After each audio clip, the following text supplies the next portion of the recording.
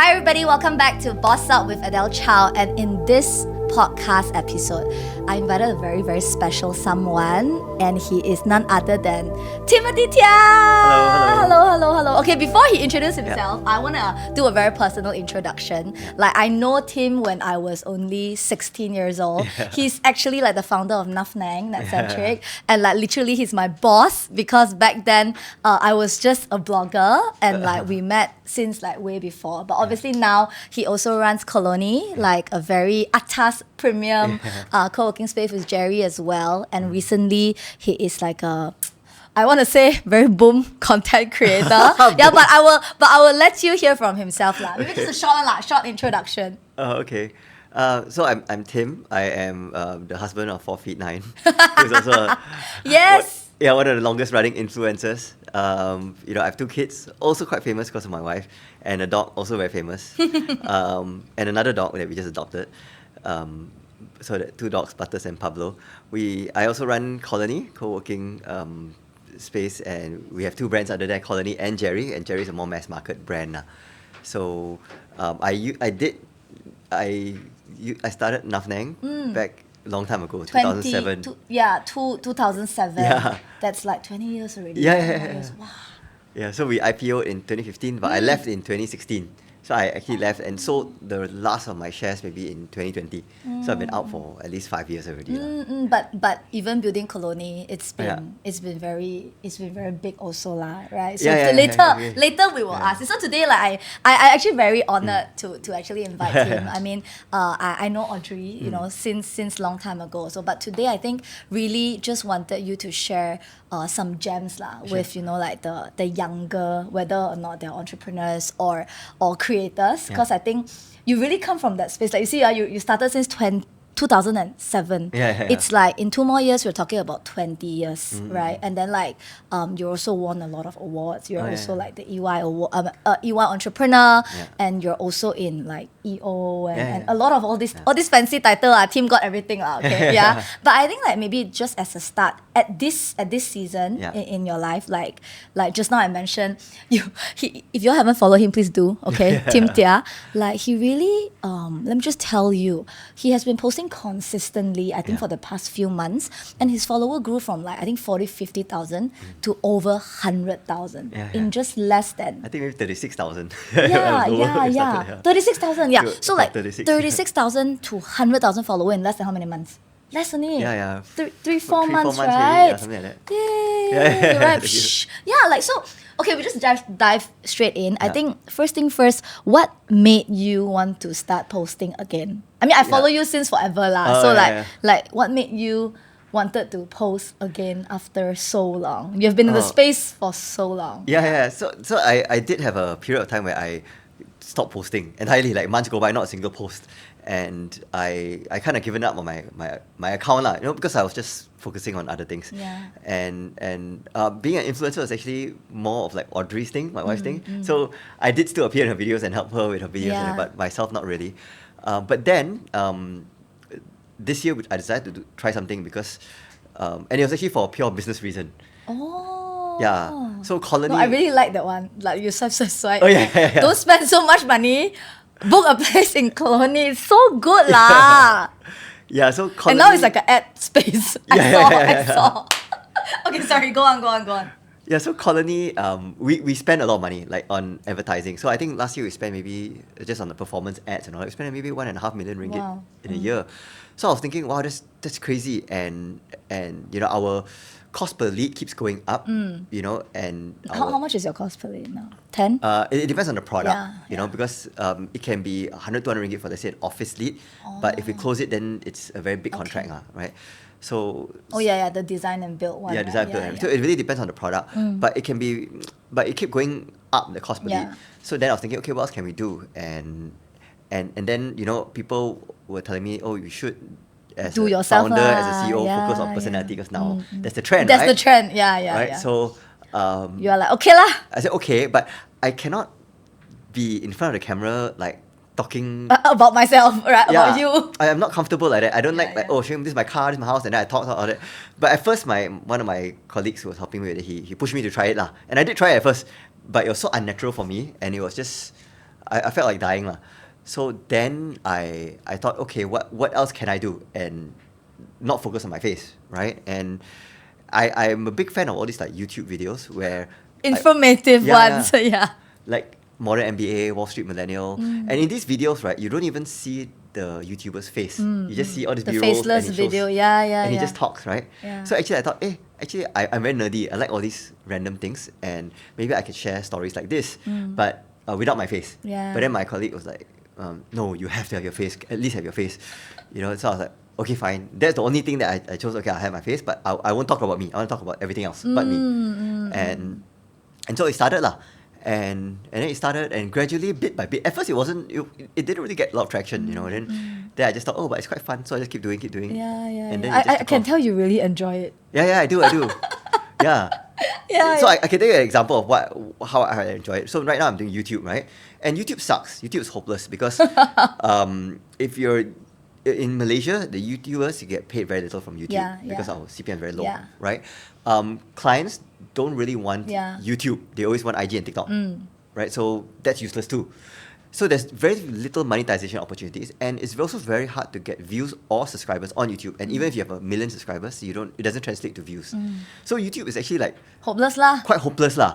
But I still do it, you know. It don't take so much time because I do it just for fun. I enjoy it, and my videos are pathetic. It's like my latest one got maybe like 800 views, which is less than an IG story, you know. Like not even 10%, not even one. Yeah.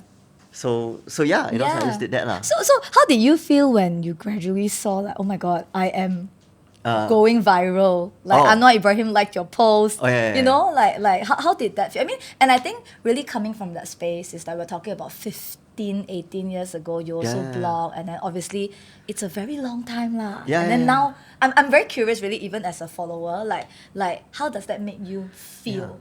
I think because I've been in this industry for so long, and I've seen a lot of influencers come and go. It was exciting, but at the same time, I ground myself because I know it's all temporary. This won't last, and I don't even know when it'll end. It could end tomorrow, it could end today, it could end next week or next year. But you know, and so I'm just trying to enjoy it. As long as I have the fun doing it, I'll just do it. You know? But how did that make you feel? At what point that it made you feel like, oh my god, I think like I'm really getting back. Okay, especially when the brand deals came in. I saw your IG story, right? You were talking about like, oh, well, now I got brand deals. Yeah. I mean, okay, so first of all, it's like, I'm known to be 4'9" husband. So whenever I go out, people take photo with her, and they ask me, hey Tim, can you take photo for us? So I do that lah, right? And so things started to change when people started recognizing me, and they take photo with me. The public is one thing. So now people take photo with you? Yeah, quite a lot. And and then the brand deals surprisingly actually came in very late. You know, it's like maybe only in the past 2 months that it started really coming in. Before that, it was like not really lah. Not really, you know. And I honestly I'm shocked at the brand deals because during my time in the industry, I mean, I'm out for at least 5 years. I never knew influencers. I mean, back then, I don't think influencers made that much money. But now it's a different game. Now the kind of money that you guys make is like, it's just insane. Like you as a influencer, you can charge. Yeah, but I mean, I assume that the other influencers also are something like that. It's around. It's just crazy. It's just crazy. Like what I probably. Yeah, you can say some numbers lah. No, I mean, okay, so what I earned maybe in a year last time in my other influencer early days of IG, it's like what I earn in a year is what I could do in a month. In a month now. 2 months now. In a month. And it's crazy. And that was like the best, you know, like. So. Like back then, you know, like we write one whole blog also probably just less than 4 digits last time. But now it's like easily one IG story is more than 4 digits. Yeah, or even if you just have one IG story or last time we sell posts, maybe IG posts maybe 2,000-3,000. Now it's like easily like a reel is like 10K. And then you add all the other stuff like digital. So you're like, wow, new income stream for fun. But also again, I know I know it won't last, and so I don't really spend because I know number one, I know I have to pay tax at the end of the year. So it's. And I think maybe like, you know, as we talk about this, right, if there is someone that's watching this and really feeling like, wow, why Tim you can do one, what would you tell them? Because like for me, right, like just now I was telling you like, you are literally the prime example of like, I really grew from 30 over K to 100K in less than 4 months. So what was the one thing that you think that you did right that people can apply? Because it's very organic. Oh, yeah. It is organic, Yeah. I think the... And you know, nowadays people have myth ma. People say, very hard to grow. No, I always tell people, nowadays, I always say people got hard to grow. Look at Timothy Tiah. Like, for real. Like, I also got stagnant after a while, but then like you inspire me. Like, cause even for me, I was reading your content, I'm like, wow, you really give a lot of value lah. Like I told you ma, talking about schools, talking about roads, talking about hospital. And so what would you share, besides giving value or enjoy what we do? I think that, first of all, I think followers actually don't really matter anymore. Yep. Actually, they don't matter at all. And you can see this, right? If you go on, let's say, TikTok or what, you can see people with like 800,000, 1 million followers, right? And the view is very low. Don't even get 1% of their own followers, the views, So I think followers has become more of a vanity metric, but it's not that important. I think more important is like how much is shared, whether you hit the For You page and all that. So... Like, we always say like nowadays you create content for the algorithm, not for the people anymore. Yeah. And you just pray for the algorithm to be kind. Like, hit me. Yeah. So... So what's your like advice to anybody like probably stagnant also 10K, 20K, and then they say, okay, I want to learn from Tim? So I think that so I discovered this all by accident, right? All this all by accident. So You didn't build it intentionally, lah. Yeah. But what I've learned along the way was that a lot of us, okay, so if you're a lifestyle creator, lifestyle influencer, that's completely out lah. Yeah, it's out. No more liao. No, yeah. You're dead because your engagement is not high. The algorithm will not deem you worthy to put you on the For You page. So that's out. Entertainment is very in, but entertainment is super competitive. And it's tiring also. And because if you don't have the personality, I cannot like ask you to be. You get what I mean? Yeah, it's not for everybody. And it's very, and if you notice, right? So, and this is something that dawned on me. So there's one day I shot one video, and it was just like of my wife and what she wears, what she wore in Bali, and it got like 1.9 million views. But maybe it led to a couple hundred follows, something like that, maybe. 1.9 million views. Then after that, I posted one of my other videos, which is more education focused. And you have a lot more followers, I'm sure. And I thought it flopped. It had like maybe 50,000 views, but it had much more followers than that. So it hit me that actually entertainment is very competitive. Like we see a very funny video or a nice watch video, and we like it, we comment, but we rarely follow to engage further. We just move on. Yeah. Because we don't anticipate the next post, ma. Yeah. But for education one, like I will anticipate what you're going to talk about. Yeah. The ASEAN Summit. Yeah.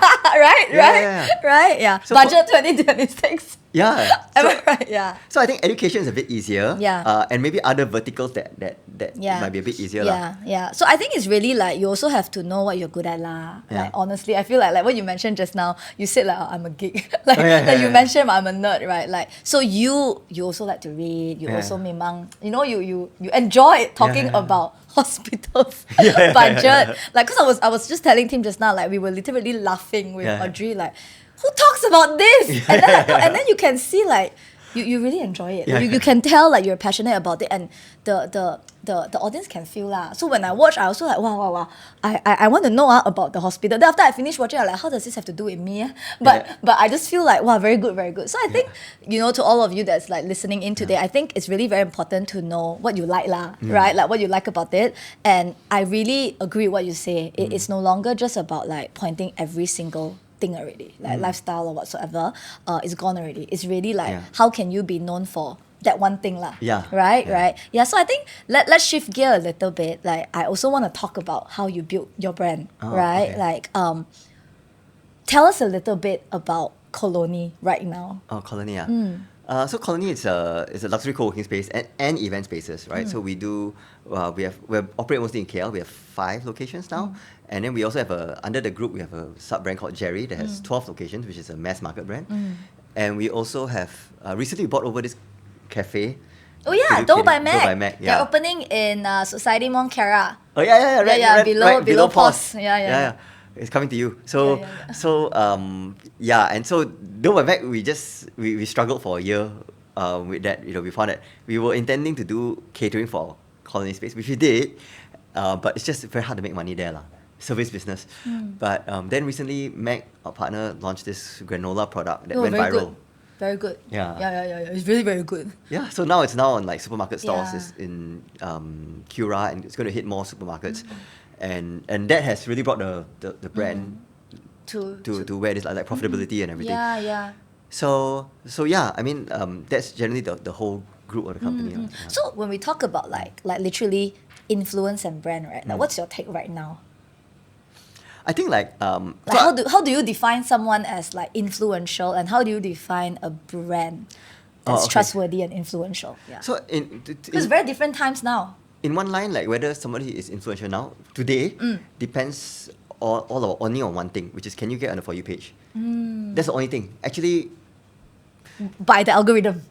Even if you say brand. So I was just having this conversation with some friends, and they were like, oh yeah, and I was telling them the same time, telling you, this won't last. Yeah. Right? Because honestly, eventually, there are going to be more people who does the same thing. The same thing as me. Yeah. And they already are. Yeah. Right? And they'll do, and then it'll be more saturated market and all that, right? And it depends on what the algorithm decides to favor. And one day the algorithm, for a reason unknown to me, might just stop pushing me, and I disappear. And then my friend said, oh yeah, but you have your personal brand. But I said, that brand will fade away because nobody sees you. Nobody sees you on the algorithm anymore. It will fade. So let's not. There is no moat. Yeah. There's no moat here, that it's not. And that's why some people ask me like, hey Tim, can this be like a business and all that, But I'm like, it's. I think that this is too difficult to be a business that will last. It's because we can hope it lasts. Like Audrey has lasted a very long time. Yeah. But first she's so growing on TikTok. Yeah. But it's really, the odds are against you lah. Yeah. So like having built, I mean, being in entrepreneurship for so many years, right? Like, what's your personal take when it comes to building a business and yet at the same time building a brand? Because I think Colony is clearly more than a business. Colony is a brand. Yeah, and then I think compared to your previous business, that's not so much of a brand, that's more so business. And like it's a very agency based. Yeah, like so Colony, I feel like it's a very luxurious brand lah. It is what it is, right? And then Dough by Meg, it's a brand. Yeah. So what's the difference you see? I think we focused a lot on what people experience when you're in Colony. So it's easier when you're a product that people can experience. Yeah. So when they come in and say, oh, this is I get nice, this. I get this. And my wife Audrey is credit to that lah. And and we focus on like how we make people feel on the ground. It's easier because we're known for hospitality and everything. It's easier because we are a product that you can feel and touch and everything. Yeah. So in the process of doing that, like, were there any costly mistake that you have made? Yeah, many. While building Colony to be the brand lah. Yeah. I mean, I saw some of your stories lah. Like previously you mentioned at one point after COVID, you were hit, and then you'll bounce back. Yeah. So tell us a bit about that process. So the first thing about brands, right, is that we suffer from this, and I'm just talking about brands. Right? We suffer from this belief that people want to know about our brand. People want to know about our story. Our story, our brand. Actually, people don't give a shit. Yeah. They don't. They care about themselves. Yeah. So if you like even updating our brand pages. So for Colony, we used to have a social media agency. That handled our pages and everything, accounts, right? And then 2 years ago, I decided, hey, why not we just cut it lah? I can't get any lead gen from it. It's important to have a presence. That means you have a curated where are we? Highlights, FAQs, That is the most important part about a page. That page, But all the content, so we had like people. Our social media agency will post content, and then this one goes viral and gets 2 million views. But we're like, no leads. 0 leads. So what was the point of doing this? So I decided, okay, let's just stop having a social media agency and don't even update our brand pages. And it didn't affect our sales at all. In fact, we diverted that money elsewhere and it grew the sales better. So I learned that actually brands, we tend to shock and deal, like we think people care about what we're doing, our story, our launch, everything. They don't care about that. Right? They care what can I get. Yeah, what can I get? Or they care when they see you go down. Wow, tell us a bit about that. Very deep. Yeah, so that's why like in Colony, right? We always close centers whenever a lease expires and it's not in generating. the black. It's not in the black. I just cut. I don't care how much we invested, I just write off and just can't move on. It's, you know, so we've closed 2 centers. And now, when we close the center, right, I make sure to make a big deal out of it. That hey, We're closing down. We're closing down. We failed this. Because we people knocked like it to down. see that kind we of lost thing. this much. That's amazing because, right, people like to see failures. Your competitors will start sharing for you with their clients or with themselves and all that. You know, and I always believe that it's better. And of course, people are like, hey, why are people? Well, it's bad PR, but you know, we don't get to choose if we're going to have good or bad PR. We only get to choose whether people are going to talk about you or not. Yeah. Right. So if you want people to talk about you, you don't get to dictate the conversation. So just do it. Just do it lah. Yeah. So you think like if there is a certain belief or a certain value that you hold on to while you're building Colony, what would that be? I mean, I heard your story about why you decided to venture into it. Yeah. Right. You mentioned about, or maybe you share a little bit, like Yeah. why, how. Yeah. Maybe you share a little bit. So it's because they probably never heard before. How come you chose luxury co-working space? Oh, okay. 5 years ago. Yeah. I think I was cheated to go into co-working. Really? Yeah, really. Because I heard about it back then. People were saying that, oh, this WeWork The thing. WeWork thing lah. And The then whole everybody yeah. was starting co-working space hoping that they will will be sell like to them lah. they'll sell to WeWork. Yeah. And then I went to Singapore and I looked at all the co-working spaces there, and they all look full. And I thought, if they're full, they must be doing well. Yeah. But it's only later I realized that they're all losing money. Because I assumed when they're full that they were selling at the rates that they publish, which they're not. At the sites lah, yeah. And I forgot to account for CAC, customer acquisition cost, which is very high. We spend like 1.5 million a year. That's crazy, right? 100K a month. Yeah. You know, so it's very high. So once you account for that, right, it's a very difficult business. And so yeah, but you know, it just so happens that we wanted to we were on a different tangent because our first space was more gentleman's club, luxury feel. So we had a goal instead of community and all this event space, yeah, we decided to do like hospitality. Like, what if we could make going to work feel like going on a staycation? And this really helped, especially post-COVID, because post-COVID companies were trying to bring people back to the office. Yeah, and that was the time lah. Yeah. And then how did that evolve? Like now. Yeah, and so now like Colony does really well. It's full in like, almost all the centers, right? Yeah. And we have clients like Customs HQ is with us. They have 650 people with us. We have like billion-dollar companies like Adele, ByteDance, and all that. So tell us a bit about like the growth lah. Maybe for all the entrepreneur or business owner watching this, like, is it normal to have a year-on-year growth? How many percent? At what point? What was your highest like revenue? You know, like I think because for me, I feel that coming from, you know, like learning from you, you mentioned, you know, I got into it. You know, you literally just said that, I got into it because, you know, I got scammed into it. And I remember, you know, you sharing at one point it was going down, and obviously you flipped it, and now it's doing well. So I'm sure a lot of us want to know, how do you do that at one point? What is good, you know, like as an entrepreneur, right? What is good? I think I learned that. So our trajectory is like always growing, except for COVID, where we could have died in COVID. But since COVID anyway, like every year has been a record year for us lah. But I've also learned to not care so much about revenue growth, but more really about and not even about profits. Profits can be accounting, right? But really about cash flows. The cash flow, you can grow, but the cash flow needs to at least be growing along with it. Otherwise, it doesn't make sense. And that's why, like for me, and because I'm focused on cash flows, right? That's why when a center's underperforming, you cut. I just cut. Yeah. If I'm focused on that revenue, and even profit, you might keep it. I might just keep it because I don't want profit, because I don't want to write off that center. Revenue because I want to keep that revenue, right? I don't care about that. I just cut, you know. And honestly, like this year I cut Star Boulevard, and last year we had to make the decision to cut our Colony at Star Boulevard, which is a flagship one, right?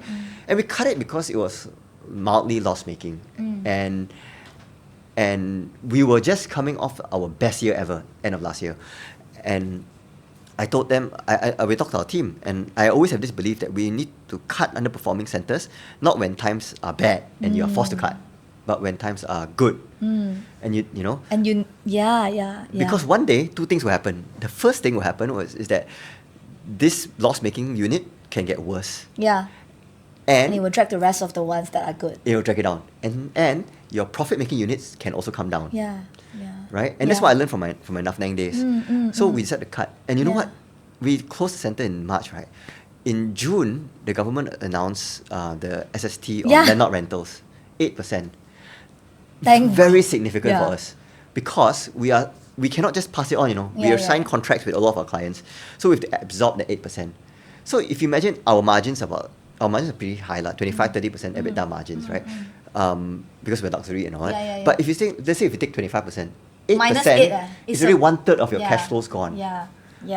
You know, and don't even count TNB and all that. So two things happen because of this. Number one, because of this one uncontrolled factor, if we had that loss making, it would be even worse.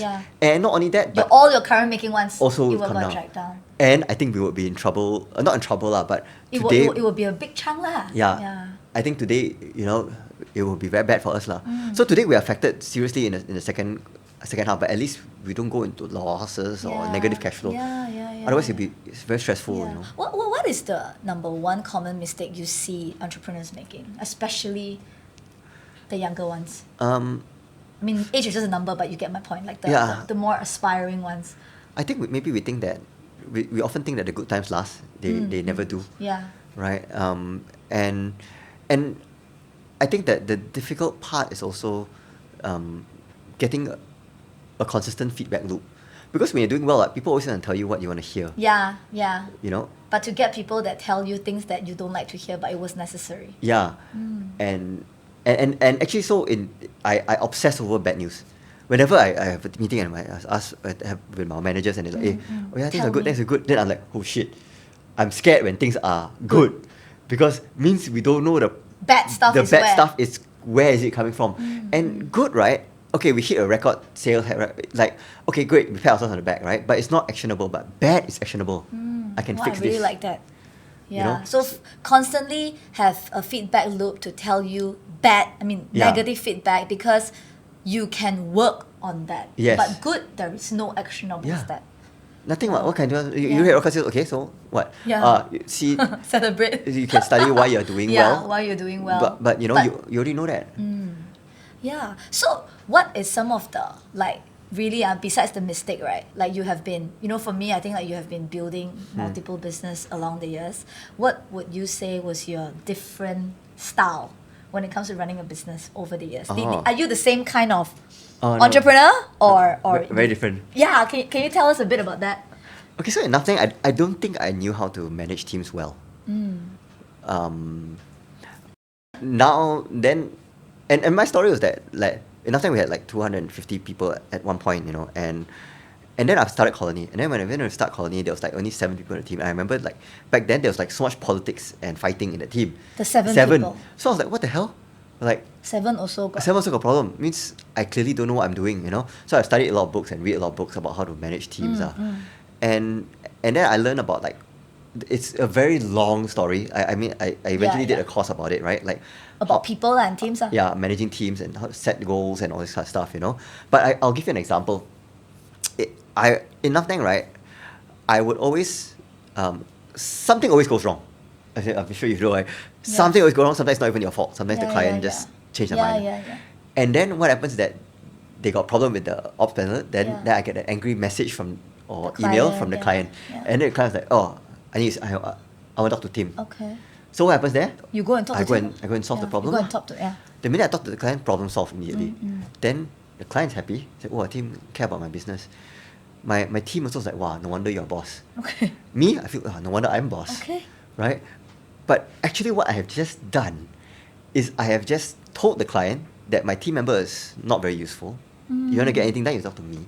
I've told my team member that actually you're not very useful. You shouldn't make any decisions on your own, because ultimately I will solve it for you. And then what happens then is that I'm just stretched everywhere. And when I'm stretched everywhere, the quality of service, the quality of feedback, everything deteriorates majorly.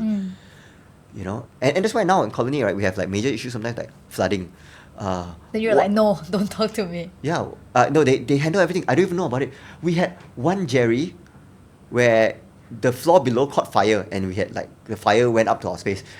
Caught fire, okay? And I didn't know about it until it was all over and they settled everything already. So what do you think like it's the biggest tip that you can give to every leaders here? I think it's that so there's really a lot. It's about hiring, firing, setting culture. Culture's A big overused thing, word. yeah, Overused yeah. word, but there is a detail to it. Okay. What is culture? Culture essentially, right, is what people do, what people in your company choose to do when nobody else is looking. That's culture. Yeah. It's like a practice that you do when there are no rules or SOPs telling you should do this or not. Like what do they do? Yeah. You know? So in our company also, it's like, okay, if we have a culture of hospitality, it's like, okay, we go above and beyond. And if and people can make calls like that. So okay, so we have a culture of hospitality and making sure people love our product. So I know. Give free thing one. I remember you mentioned Yeah, before. Like you have a budget or something that don't have to ask. yeah, they have a budget, they don't have to ask. Sometimes if a client has a bad experience, they want a refund. You know what I mean? Like so it's and these kind of things our team just makes the decision on their own. Yeah. So I think like, hearing your journey, whether it's like building content for yourself and also running the business, it's all like a lot of nuggets here lah. But I think I also want to tap on like a very personal stuff that you shared. And like lately, I think you're very open. You also shared on your platform that you had like depression, and then you felt like recently you felt good. Now you go back to run, and you look very good lah. You lose weight, and then you go and sweat it out and stuff like that. Like tell us a bit about that journey lah. Because I honestly feel not a lot of people is very willing to talk about these things. And I think a lot of people have mental health problems. I think it is very real. But coming from your background, and you have built this amazing entrepreneurship journey and a platform for all your staff and all that. But yeah, so how did that process look like for you? So I was officially diagnosed with mixed anxiety depressive disorder 5 years ago, more than 5 years ago, and and since then every day I've been on medication, antidepressants up to today. But I'm now at the lowest dose I've ever been on. Well, I'm actually recovering But I remember back then I was diagnosed 5 years ago, but I don't know how long before that it had started. And it's my wife Audrey who really pushed me really hard to see a psychiatrist. And at first I didn't believe it, because I see people on social media when they talk about depression. You see those videos like they have meltdowns, they're crying, and then they TikTok themselves.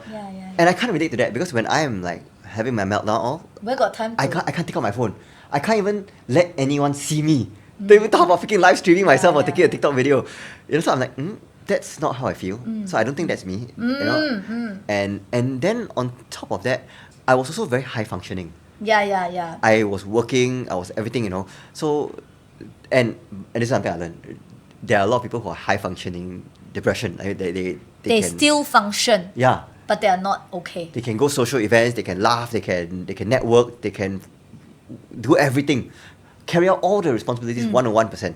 But when it all ends just before you sleep at night, and when the idleness seeps in, and that's when you have trouble sleeping, or different symptoms hit you.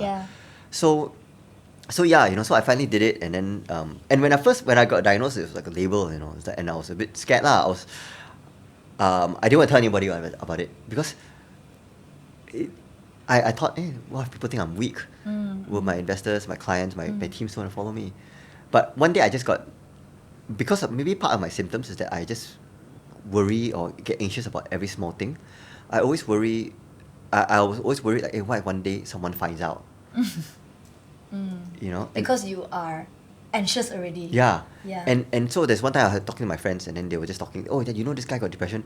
Then I was, my Bulu Roma at the back come back, Yeah. You're like, oh my god, I never tell them yet. Yeah, I did. They talking about someone else, but what if they know about me? So that's why I decided to post on IG to say, okay, I just want to, I got this. I just want to, at least you all know I don't want to. This is one thing I don't want to worry about. One less thing to worry about. I did it for a very selfish reason, not for a noble reason to tell everybody.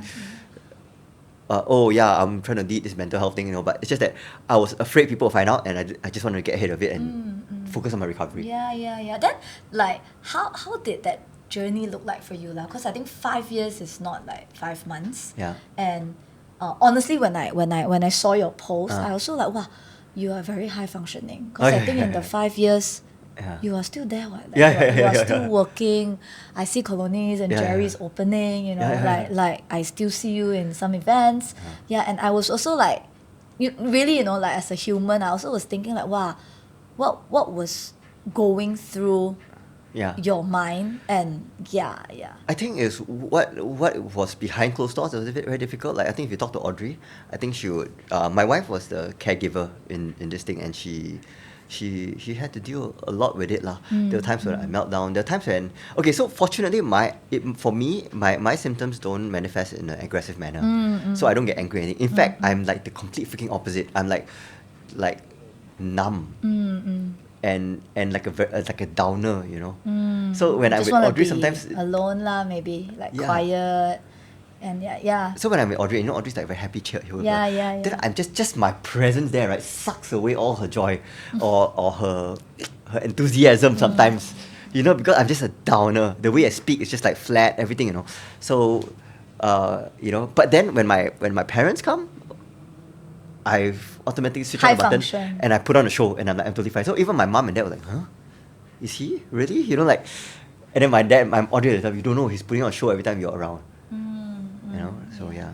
Yeah, so like, what has helped you, you know, throughout the years that feel better? And then now, obviously, you know, you feel better. Like, how has it been? Is it like gradually? Is that like... Gradually and non-linear. So it's like a lot of like, oh, I think I'm better. Oh shit, actually I'm not. But it's non-linear, but it's a recovery. And I think that, you know, understanding the issues, I went through therapy, understanding the issues from my childhood that shaped me where I am today. I think like setting boundaries is one important thing. Like, you know, sometimes just not people pleasing all the way, but just like, but also not going to the extreme of being selfish. But just like, okay, am I willing to do this? And if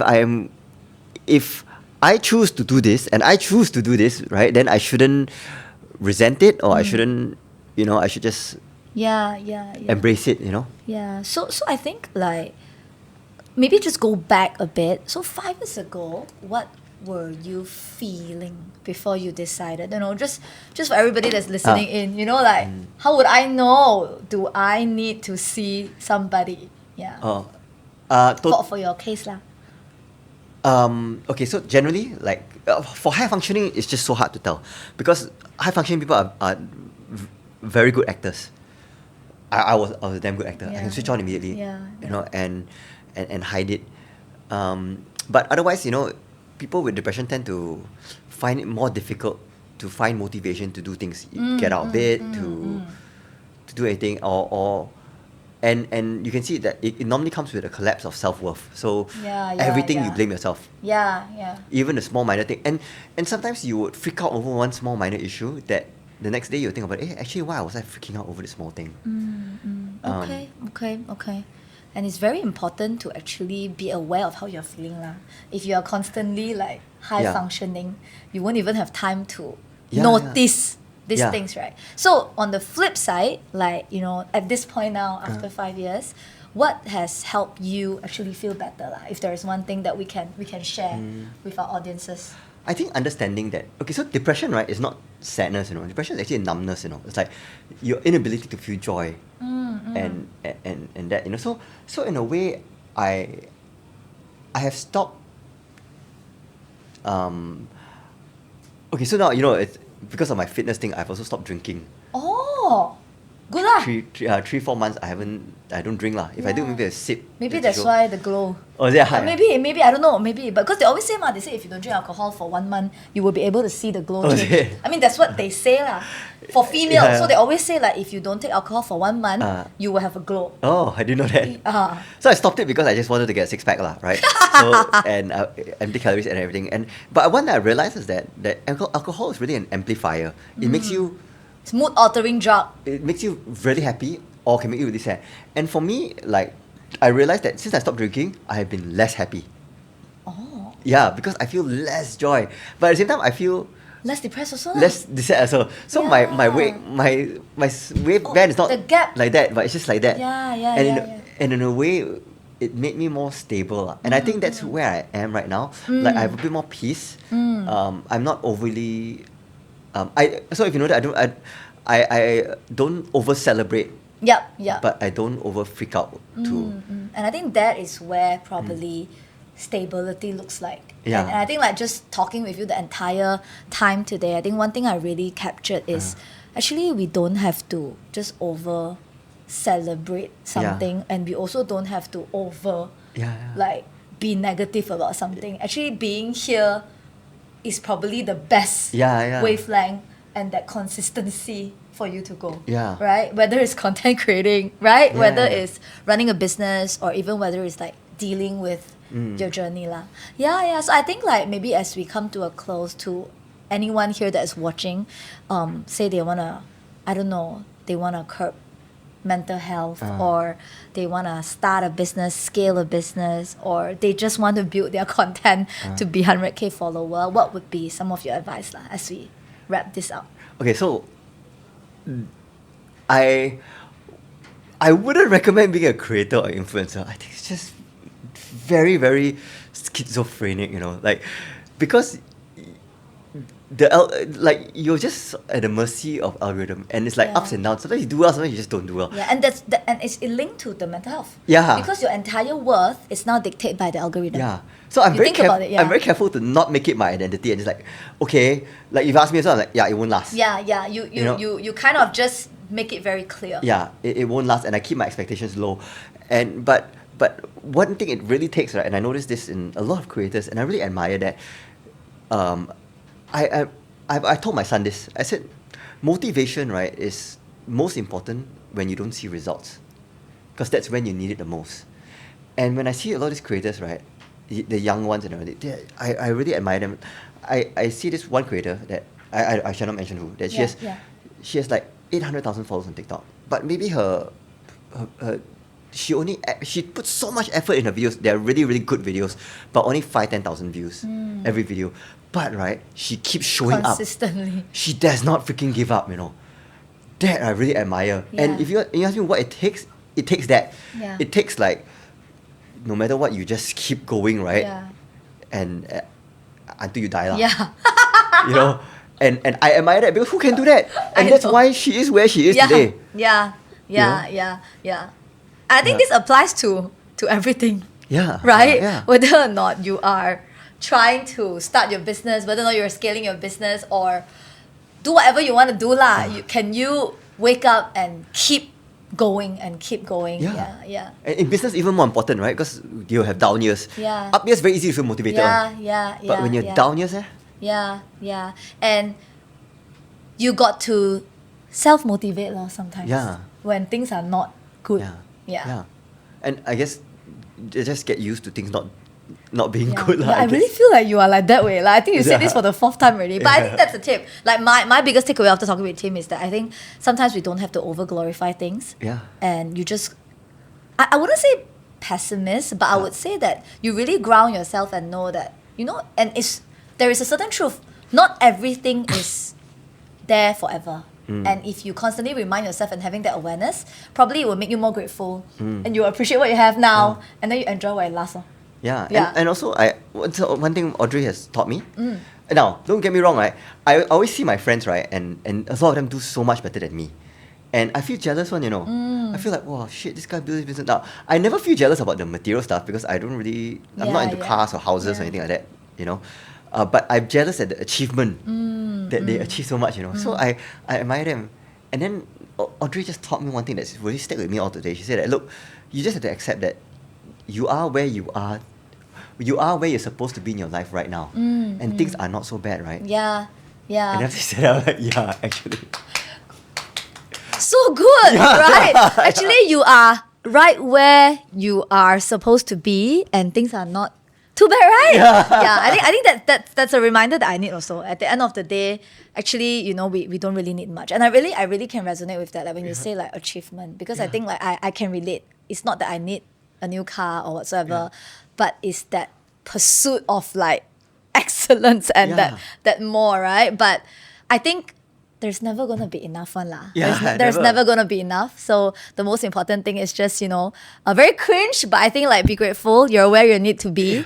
And like not that bad, right? Yeah, so not we that just we just celebrate. Thank you so much, Tim. Yeah, thank you so thank you. much. If you enjoyed this podcast, go ahead and like, share, comment, and go ahead and follow Tim, follow Kaloni, and we will see you guys in the next one. Bye. Bye, thank you.